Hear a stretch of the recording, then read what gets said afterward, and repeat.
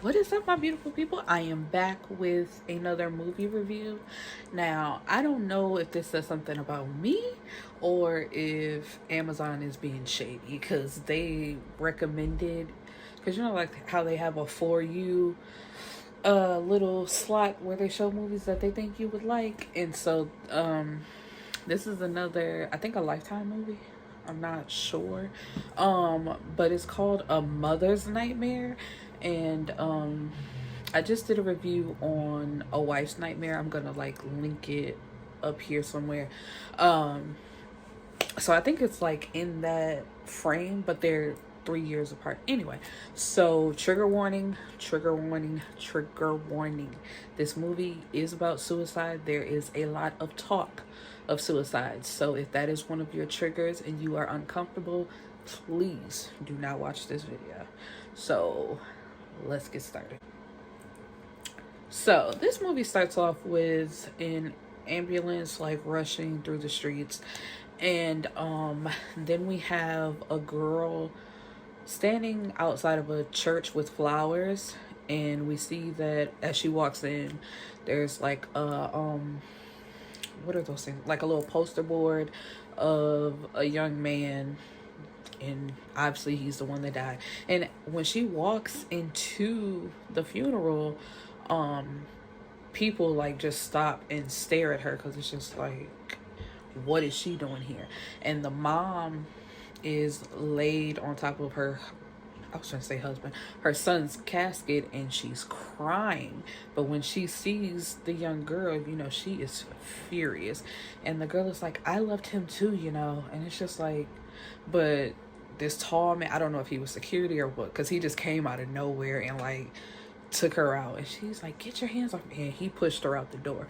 So it's just like, what's going on? And so then it moves on to another young man who's, I guess it's the new, like, quote unquote, the new year, because there were fireworks going off. But he's looking sad and depressed, and he just walks off. So we have a newly divorced mom, Maddie, and her son, Chris.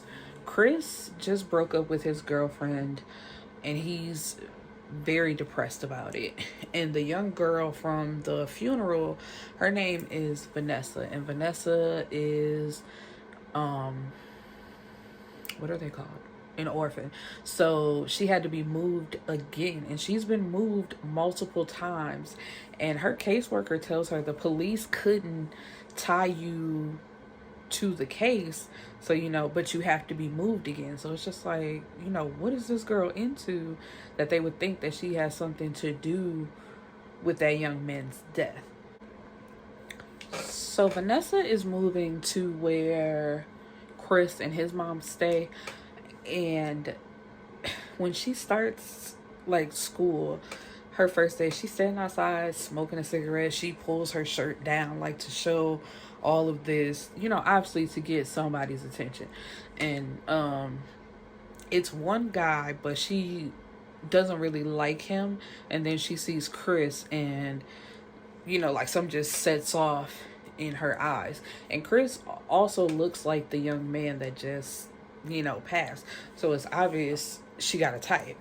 And the thing about this movie, this relationship just moves way too fast. And in the vein of how teenagers do, he runs track, and like he has stuff to do. He like, I got track practice, I got homework. And here she go, oh, I understand, I'll just be all by my lonely. And me, I'd be like, okay, like, girl, I got stuff to do. You just got here. I don't know you, sis. But in typical, like I said, teenage fashion, he starts to blow off all his responsibilities. With him being sad about his recent breakup, he already wasn't going to practice, so now he's skipping practice even more to go have ice cream with this girl. And like, she's calling, showing up, and they just fall in so quickly. And everybody's like looking at Chris like, what's going on?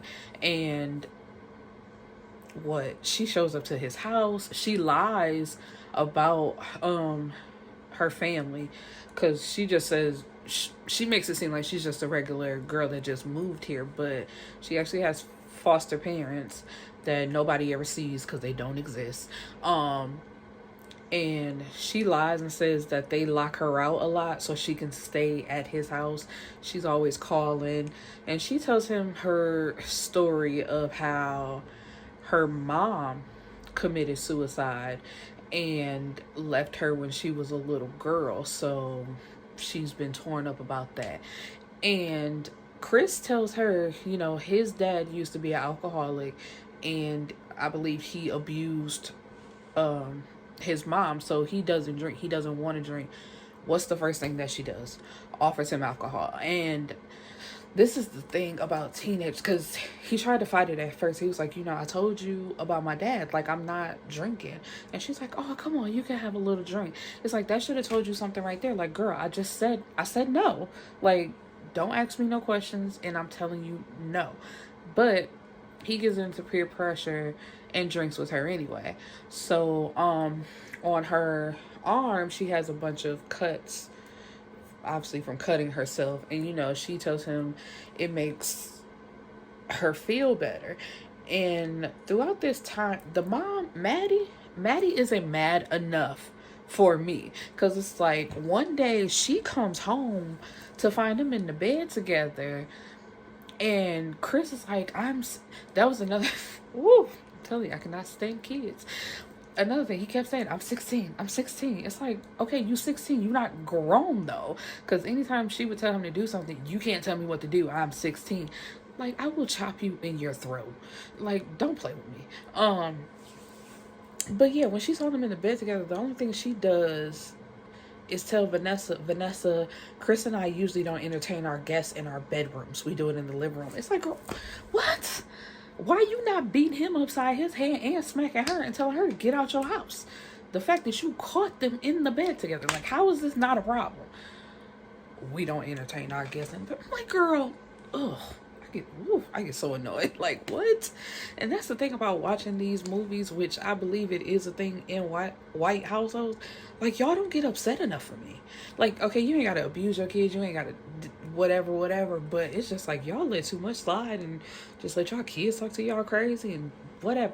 But the more she tried to pull them apart, of course they wanted to be with each other. More so Chris wanted to be with her.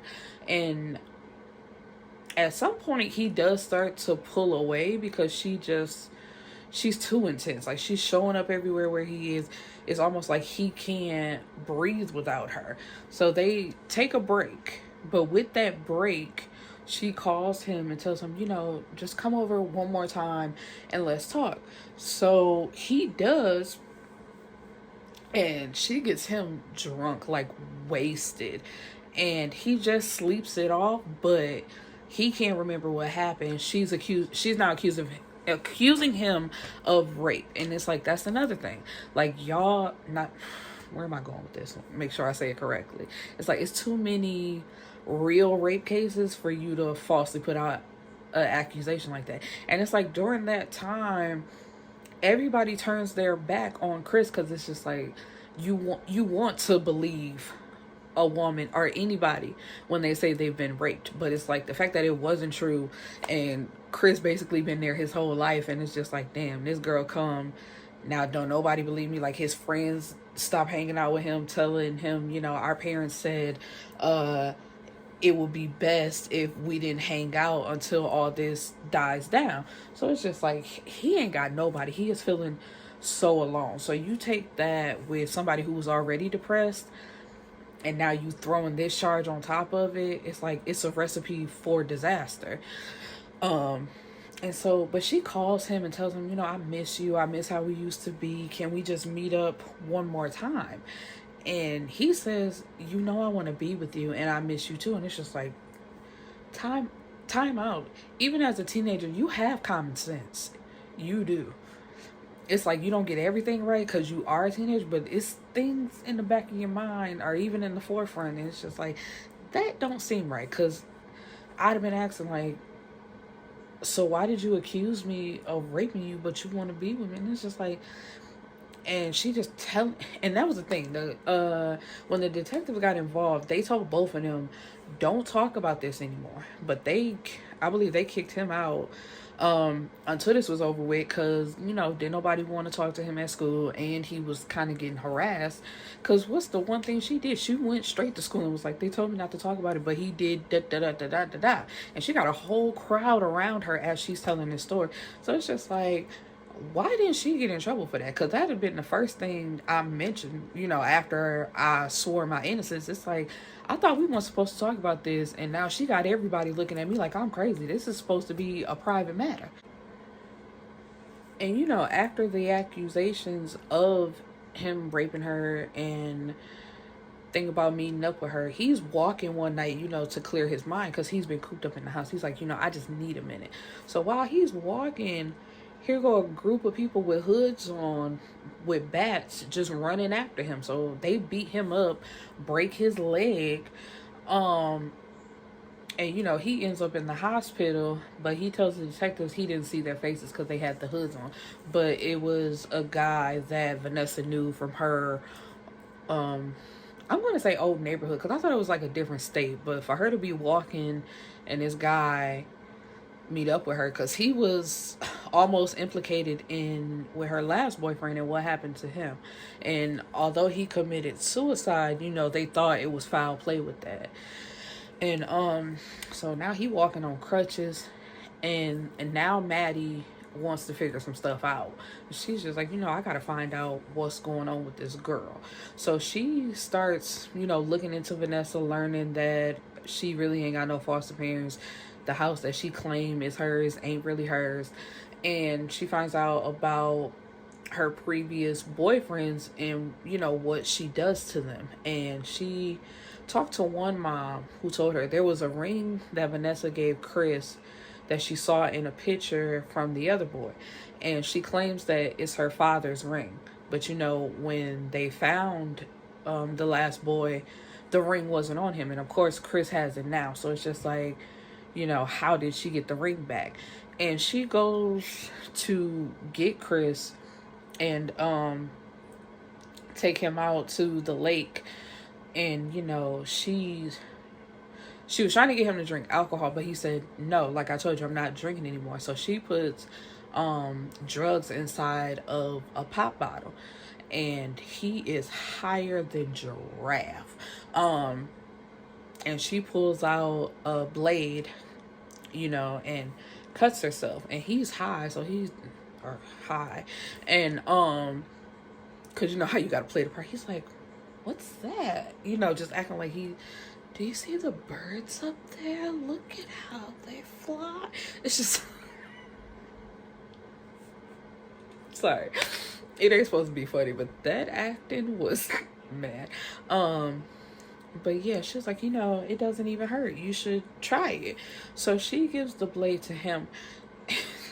I just want to say, they should have worked on that a little bit more, because you could tell that's either makeup, paint, or ketchup. Because the way he slices his arm, you could tell that he didn't really pierce himself, and you could tell that that's not really blood. And of course, you don't want them to really cut themselves, but make it just a little bit more realistic. Because if the camera is that close, we should be able to tell that that's like paint or something, and so she's like, how does it feel? And he's like, I don't feel anything. She's like, well, cut deeper. And the whole time she is snapping pictures of him, taking video, and it's just like, girl, you are twisted. You have done this more than once, of getting with a guy, playing with his head. Because I forgot to mention at one point, the dude that she spoke to when she first got to the school, that she claimed tried to push up on her and she didn't like, Chris saw her and dude smoking in the woods one time during practice, because I guess they field is by the woods, and he saw them. So it's just like, she's known for playing games, and you've done this more than once. Drove a boy to commit suicide, and you have the proof of it. And just getting away with it, because technically she didn't do it. They did it to themselves.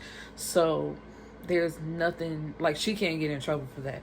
It reminds me of that, I forgot what case that was, and I watched it on HBO, of that girl who was always texting her boyfriend, and they was both talking about suicide, but she was always trying to drive him to really do it, and he did it. And her defense was, like, she was just talking to him and they were just venting to each other. So the fact that he really did it didn't have anything to do with her, but she ended up going to jail anyway. So anyway, when Maddie finally gets all that information, of course she's driving and she's trying to call the detective because Chris was supposed to stay at home. But he didn't. He left with her, and all this happened. So she knew which park they were going to, or which woods or whatever, to find them at. And she gets there, and Chris, like, his whole arm, like, all of this is covered in blood. His shirt is soaked, and he's just slumped up against a tree. And she is hysterical, but she jumps on Vanessa. She choked the mess out of her. She's like, I'm gonna kill you. What did you do to my son? And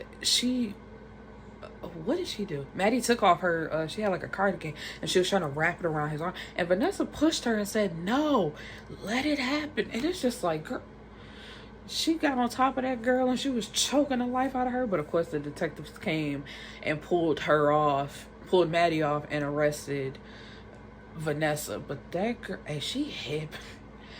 I don't see why anybody would want to headbutt anybody, but I believe Maddie headbutted Vanessa. But it was like she headbutted the mess out that girl, like boom, and it's just like, I know that hurt. But anyway, in true white people fashion, Vanessa goes to a mental hospital instead of going to jail where she belongs. And Chris gets better and his dad gets remarried, and for some reason he asked his mama if she was coming to the wedding, and she was like, no, but you have a good time though. And at the hospital, another thing I do not understand, because I worked at a mental hospital for a short period of time, and they tell you, do not tell them people your last name, do not get close to them. If they appear nice, you have conversation from a distance. Do not get close to these people in any way. But she's sitting on the bed. I think he brought in her food. The young boy, another, looked like Chris, looked like the other boy that she done did this to before. And she told him to sit down for a minute, and he do. I'm just like, why would you sit on her bed? Like, why are you this close to her? Why are you talking to her? But he just sit down, like everything's cool. And she shows him a picture of her and her mom, and then she unfolds the picture and says, yeah, here was dad when he was nice. And it's just like, so you about to do this all over again inside the hospital? And that's the way the movie ends. But it's just like, that would be a mom's nightmare of your child having depression over one breakup and then just meeting this terrible girl who is just awful for him. And it's like, you trying so hard to get your teenager to understand, like, this shouldn't be happening to you. You shouldn't be going through this. You shouldn't be doing this. But because they're a teenager, they also don't want to listen at the same time. And to find your child in the woods like that, like cut up, out of it, drugged up, I could see how that could be a nightmare. But anyway, that is today's movie review. I hope you enjoyed. Like, comment, subscribe, mess with your girl,